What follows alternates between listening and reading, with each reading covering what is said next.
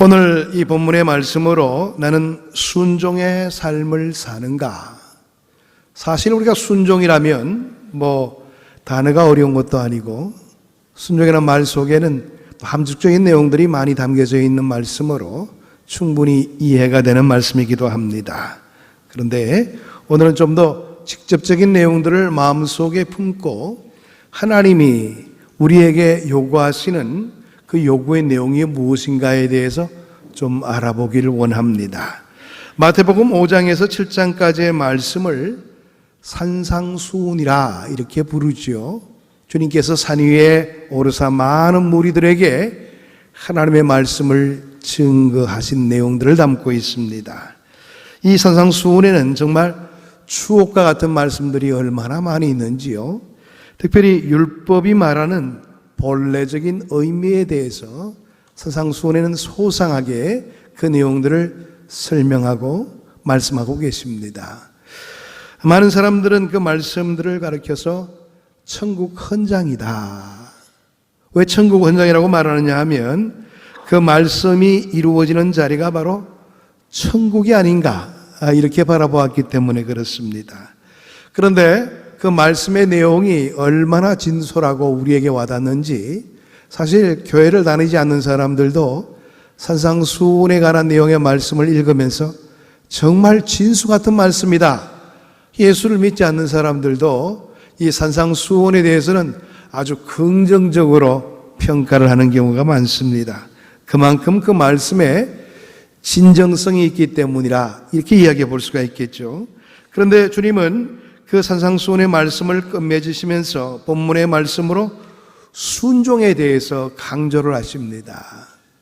이 말씀의 도리를 너희들이 온전히 순종함으로 그 말씀의 효력들을 우리의 삶 가운데 온전히 드러낼 수 있도록 하라. 여기에 주님께서 오늘 증가하신 말씀에 주된 내용이 있다는 겁니다. 아무리 금과 옥조 같은 말씀이라도 지켜지지 않는다면 무슨 소용이 있겠는가? 그러므로 그 말씀대로 살아가라. 여기에 우리의 진정한 사명의 모습이 있는 것을 꼭 깨달아 알라. 이렇게 주님은 우리에게 요구하시는 것입니다. 신앙생활에 있어서 순종만큼 소중한 것이 있을까요? 그런데 불구하고 우리의 모든 사람들의 모습 속에서는 순종에 대해서는 쉽게 생각합니다. 그냥 그 사실에 대해서 그냥 스쳐 지나가는 경우가 많이 있게 되는 것이지요. 교회를 오래 다녔음에도 불구하고 성경에 대한 지식이 약하거나 또 교리적인 기초가 부족한 사람들 가운데서는 이 순종에 대해서 그렇게 쉽게 생각하는 경우가 종종 있는 것을 보게 됩니다. 이런 약간의 혼란의 과정이 있다는 것이지요. 그러나 이것은 반드시 시정되어야 될 내용입니다. 반드시 해결하고 지나가야 될 대목이기도 합니다. 순종의 중요성을 망각하지 말자는 것이지요. 그런데 신앙생활에 있어서 순종이 믿음처럼 소중하다는 그 내용들을 또 아주 다른 면에서 소홀히 여기는 사람들이 있습니다. 그 다른 이유는 뭐냐 하면 누군가로부터 잘못 배울 수 있는 가능성이 있습니다. 그리고 누군가로부터 좋지 못한 영향을 받아서 순종에 관한 관심들을 깊이 가지지 못할 때가 있다는 사실이에요. 예수님께서 산상수훈의 말씀을 하시다가 마지막에 와서 뭐라고 말씀하십니까? 거짓 선지자들을 삼가라. 그렇게 경고를 하시는데요. 왜 마지막 부분에서 좀 좋은 말씀으로 끝내면 좋겠는데 거짓 선지자를 삼가라 이렇게 이야기할까요? 거짓 선지자들은 바로 순종하는 그 일을 방해하기 때문에 그렇습니다. 하나님의 말씀대로 온전히 따르는 그 일들을 하지 못하도록 막기 때문에 그렇습니다. 15절의 말씀을 보게 되면 이런 내용의 말씀이 있습니다. 거짓 선지자들을 삼가라. 양의 옷을 입고 너에게 나오나 속에는 노략질하는 일이라 그렇게 이야기하고 있습니다. 겉으로 보기에는 전혀 구분이 되질 않아요. 그런데 그 속마음은 양을 잡아먹고자 하는 데 있는 것이지 양의 마음을 가지고 그들과 함께하기를 원하는 그런 열망은 없다는 겁니다. 양들이 풀을 뜯는 목장 주인은 언제든지 이리들이 배회를 하면서 양을 기다릴 때가 많이 있게 된다는 것입니다. 양을 덮칠 기회를 바라보고 있다는 것이죠. 이런 모습은 예수님 당시 유대 나라에 흔히 찾아볼 수 있는 그런 모습이기도 합니다. 사도 바울은 사도행전 20장에서 거짓 선지자들을 가리켜서 흉악한 일이라 이렇게 이야기하기도 했습니다. 이런 이리들이 교회 안에도 있고요, 교회 밖에도 있습니다. 이들은 어그러진 말과 잘못된 말을 가지고 사람들을 유인하고 시험에 빠지도록 그렇게 만드는 경우가 많이 있죠. 주님의 말씀을 제대로 순종하지 못하도록 만드는데 그들은 혈안이 되어 있습니다. 왜냐? 주의 말씀을 순종하게 되고 주의 말씀대로 따르는 그 삶에는 하나님의 사람다운 모습이 확보되고 그 사람들로 통해서 하나님 나라가 확장되어지는 기쁨이 있기 때문에 그렇습니다. 그러니까 거짓 선지자들은 그런 삶의 내용들을 적극적으로 차단하고자 하는데 그들의 목적이 있는 것이지요. 이런 잘못된 사람들이 교회 안팎에서 많이 일어날 것이라고 주님은 벌써 22절의 말씀에서 그렇게 강조하고 있는 것입니다. 많은 사람들이 입으로는 주여 주여 이렇게 선지란 노릇도 하고 귀신을 쫓아내고 능력을 행하고 큰 교회를 운영하는 것처럼 성공했다는 그런 말을 듣고 있을 수는 있을지 모르겠지만은 실제로 그들 가운데는 거짓 선지자들도 있고 이리 때처럼 많은 사람들을 잡아먹기 위한 그 일에 목숨을 걸고 있는 경우가 종종 많이 있다는 겁니다. 여러분, 얼마 전에 보게 되니까 이단 가운데서 좀 큰 덩치를 가지고 있는 그런 이단의 대표적인 사람이 성폭행 때문에 걸렸어요. 그것도 어린 여자를 폭행했다는 이유 때문에 한두 명도 아니고 수십 명을 건드려서 그 일이 발각됨으로 통해서 이제 매스컴을 타고 야단이 났습니다. 또 다른 교회에서도 그런 경우가 또 매스컴에 회자되기도 했지요. 정말 이단들의 특징들은 뭐 다른 것 없습니다. 자기만이 능력을 가진 자라. 자기한테 와야지 그 모든 삶의 새로운 능력을 발견할 수 있고 그 삶의 새로운 기쁨을 얻을 수 있다. 이렇게 이야기하면서 사람들을 현혹시키게 되는 것이지요. 그래서 그들은 자기에게 능력이 있다는 것을 먼저 강조합니다. 성도로서의 인격의 변화나 진정한 삶에 대한 관심은 별로 없죠. 능력을 받아 세상 위에 군림하고 누리며 살아가는 것이 복된 삶의 비결이라 이렇게 이들은 가르칩니다. 물론 능력도 좋습니다. 그러나 성도로서 변화받지 않는 삶을 살면서도 능력만 행하면 다 되는 것입니까? 여러분 한번 생각해 보세요. 능력은요, 마귀도 행할 수가 있습니다. 여러분은 능력에 현혹되지 마시기를 바랍니다. 어떤 분들은 그렇게 이야기하죠. 나한테 와야지 제대로 배울 수 있고 나한테 와야지 능력자가 될 수 있고 그렇게 이야기하는데요. 그런 사람일수록 정말 경계해야 된다는 사실을 잊지 말아야 될 겁니다. 여러분, 그리스도의 제자로 변화된 사람들에게 나타나는 능력이어야지 그것이 제대로 된 능력이지요. 그런 변화의 삶은 없고 그냥 뭔가 특별한 능력을 행하는 것처럼 보인다면 먼저 의심하시기를 바랍니다. 오늘 이 본문의 말씀에 주여 주여 한다고 했지요. 주여, 이 말은 로마의 황제인 시저의 군인들이 원래 사용했던 말입니다. 이 말은 나는 당신을 나의 왕으로 모십니다. 당신께 절대적으로 충성 다하겠습니다. 당신이 원하시면 내 생명도 아끼지 않고 드리겠습니다. 이런 뜻으로 주여, 황제를 향해서 부르던 말이기도 했습니다. 그런데 거짓 선지자들은 자나깨나 주여 주여 하나님 앞에 그런 말을 썼지만은 실제적으로 이런 순종과는 상관이 없는 모습을 보였다는 것이지요. 그러니까 얼마나 모순이 많은 사람인지를 모릅니다. 입으로는 충성을 맹세해 놓고 충성과는 상관없는 삶을 살고 있더라는 것입니다. 주 100년경에 교회가 조금씩 성장하면서 교회 안에도 이런 거짓 선지자들이 많이 들어오게 되었습니다. 그래서 교회 지도자들이 견디지를 못했어요. 이제 모여서 거짓 선지자들을 한번 구별해 보아야 될 것인데 그 증거를 어떻게 하면 좋을까? 그들은 고심을 냈습니다. 그래서 모여서 거짓 선지자들을 구별하기 위한 지침서를 만들었어요. 그것이 소위 그 유명한 디다케라는 그런 책입니다. 이 지침서를 보게 되면 거짓 선지자들을 골라내는 가이드라인이 나오는데요. 그 가운데 하나가 말만 하고 실천하지 아니하는 사람은 거짓 선지자니라. 가르치기만 하고 행하지 않는 사람은 거짓 선지자니라. 이렇게 이야기를 하고 있습니다. 옛날이나 지금이나 이런 기준은 똑같다고 볼 수가 있어요.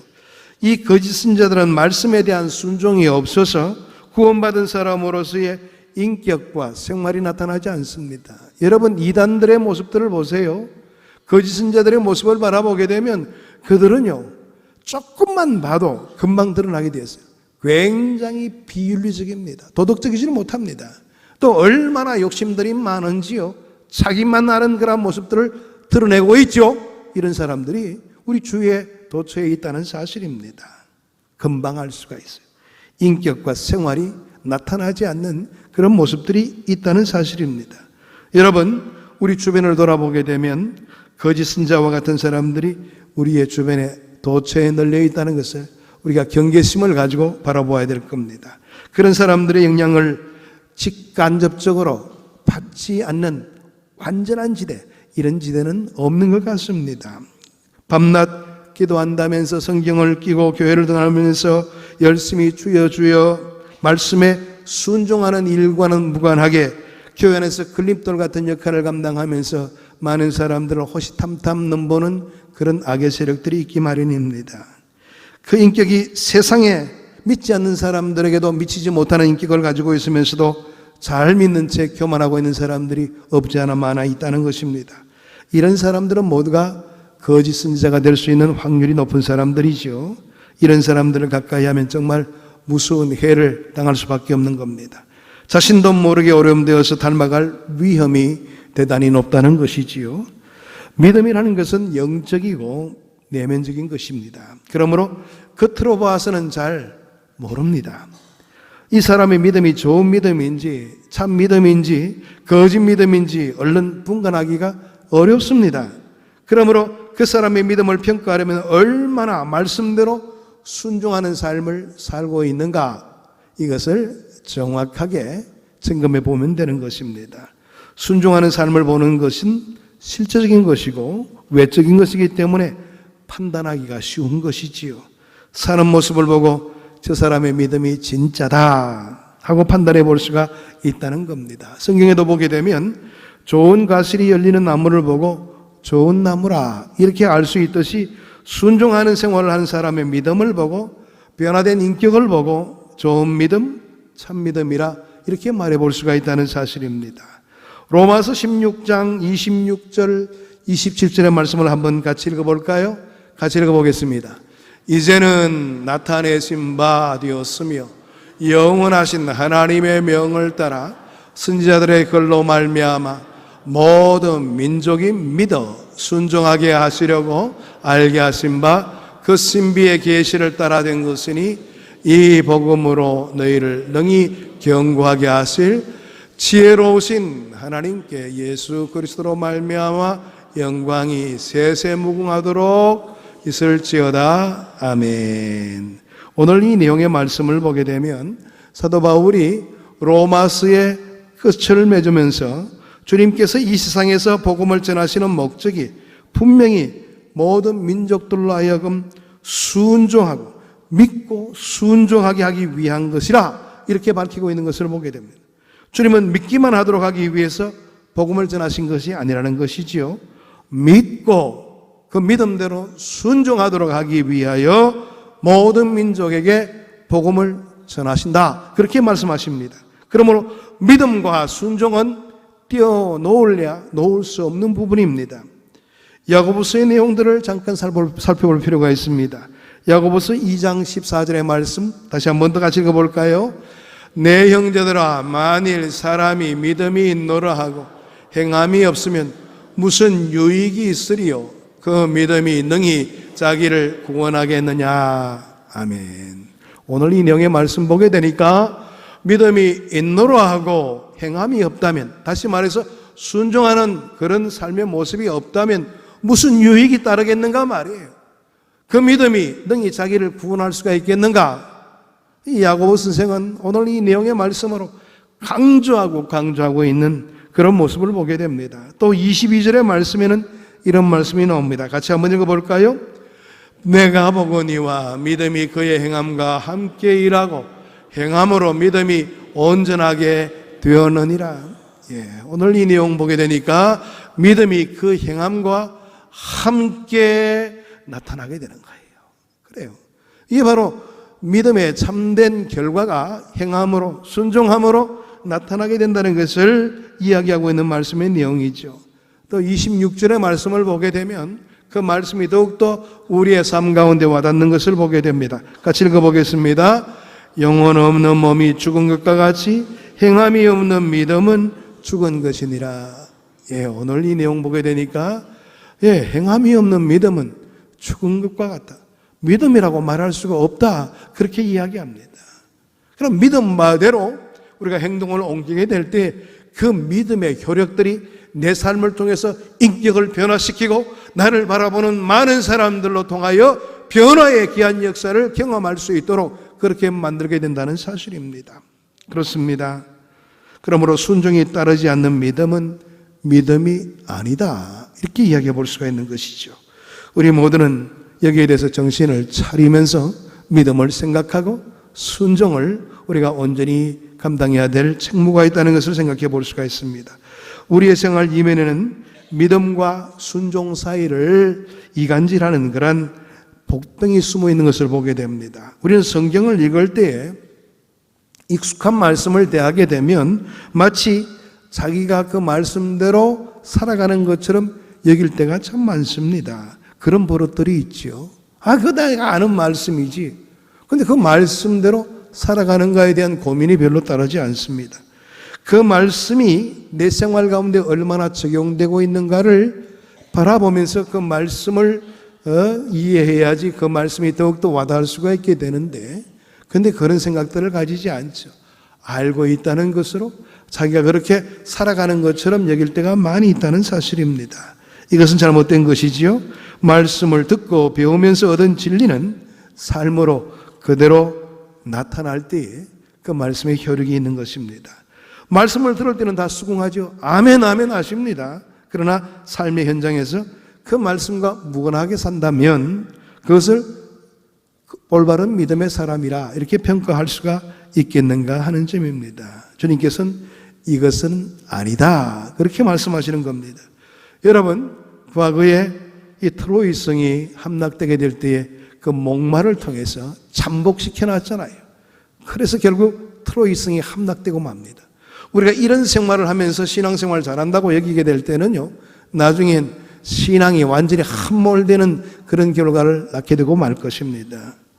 외국의 많은 분들이 한국 교회의 성장에 대해서 이야기하면서 참 대단하다 이렇게 평가할 날입니다. 그런데 이와는 다르게 참 낯부끄러운 그런 평가를 하는 분들도 없지 않아 계십니다. 특별히 강의 설교로 유명한 데니스 레인이라는 목사님이 계시는데요. 이분은 한국에 10년간 이렇게 왔다 갔다 하시면서 한국교회의 현실들을 참으로 냉철하게 바라본 분이셨습니다. 근데 그가 내린 결론이 무엇인지 아십니까? 한국교회의 장점이 두 가지가 있다. 뜨거운 기도와 헌신이다. 기도하는 것과 헌신하는 것은 어느 나라도 따라갈 수가 없다. 이렇게 평가를 하렸습니다. 그러나 말씀을 실제 생활에 적용하면서 순종하는 사람이 너무 없다. 그렇게 이야기를 했습니다. 이상하게도 기도하는 것, 헌신하는 것, 여기는 굉장히 열심을 내는데요. 말씀대로 살아가는 그 일에는 관심들이 없다는 거예요. 그러니까 한국교회가 좀 뭔가 겉보기는 굉장히 커나가는 것 같은데 내실이 없는 그런 모습이 한국교회에 있다. 이렇게 평가를 하게 되는 겁니다. 여러분, 오늘 우리가 이 내용들을 조금 더 심도 깊게 생각을 해야 될 겁니다. 이 말을 바꾸고 말하면 한국 교인들은 순종이 빠져있는 신앙생활에만 열을 올리고 있다, 이렇게 평가해 볼 수도 있습니다. 순종이 없는 신앙이 제대로 된 신앙이라 말할 수가 있는 것일까요? 순종 안 하는 사람의 기도를 하나님이 얼마나 들으실까요? 순종하지 않는 사람의 헌신을 하나님이 얼마나 기뻐하실까요? 그러므로 믿음에 있어서 순종은 생명과 같은 것입니다. 무언가를 우리가 믿는다면 그 믿음대로 행동할 수 있는 그런 우리의 태도가 필요하다는 것입니다. 믿는다 하면서도 실제 행동에서는 전혀 그 믿음의 어떤 증거가 보이지 않는다면 그것은 믿음이 아닙니다. 성경의 믿음은 그런 믿음을 말하는 것 아닙니다.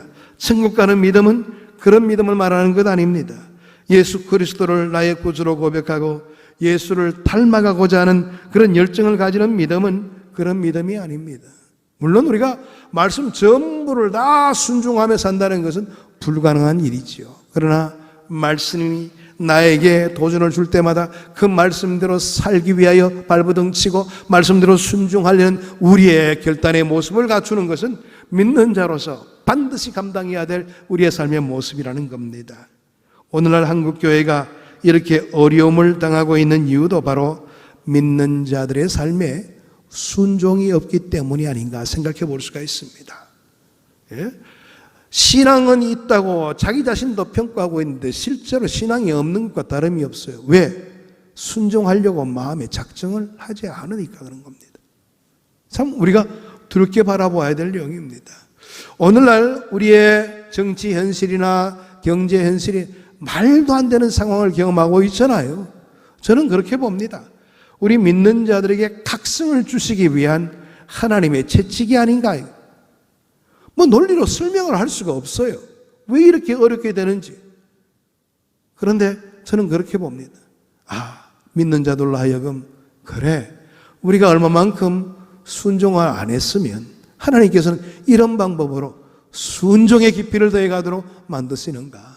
저는 그런 생각이 들었습니다. 그렇습니다. 여러분 한 가지 알아두시기를 바랍니다. 주님의 귀한 뜻을 기리며 주의 은총 속에 살아가는 것, 여기에 우리의 삶의 진정한 모습이 있어야 된다는 것을 망각해서는 안 될 겁니다. 예수님께서 우리에게 이와 같이 산상수훈을 주시면서 순종할 것을 다짐하신 이유가 어디 있을까요? 다른 것 없습니다. 예수 그리스도를 닮아가는 그런 작은 예수로서의 삶을 살도록 주님은 요구하시기 때문에 그렇습니다. 여러분 얼마나 영광스러운 일입니까? 나 같은 죄인이 예수님을 닮을 수가 있다고 한다는 사실, 하나님 앞에서 원수된 존재가 예수님을 닮아서 하나님의 거룩한 아들과 딸의 모습으로 변할 수 있다고 하는 그 하나님의 놀라운 은총, 얼마나 귀한 겁니까? 그 길이 우리의 삶 가운데 있음에도 불구하고 우리는 순종하지 않으려고 합니다. 쉬운 대로 살려고 하는 것이 우리의 모습이 되었다는 겁니다. 여러분 한 가지 알아두시길 바랍니다. 반드시 믿음과 순종의 과정을 통해서 우리는 예수님을 닮아가게 되는 겁니다. 하나님의 말씀은 우리를 향한 약속이지요.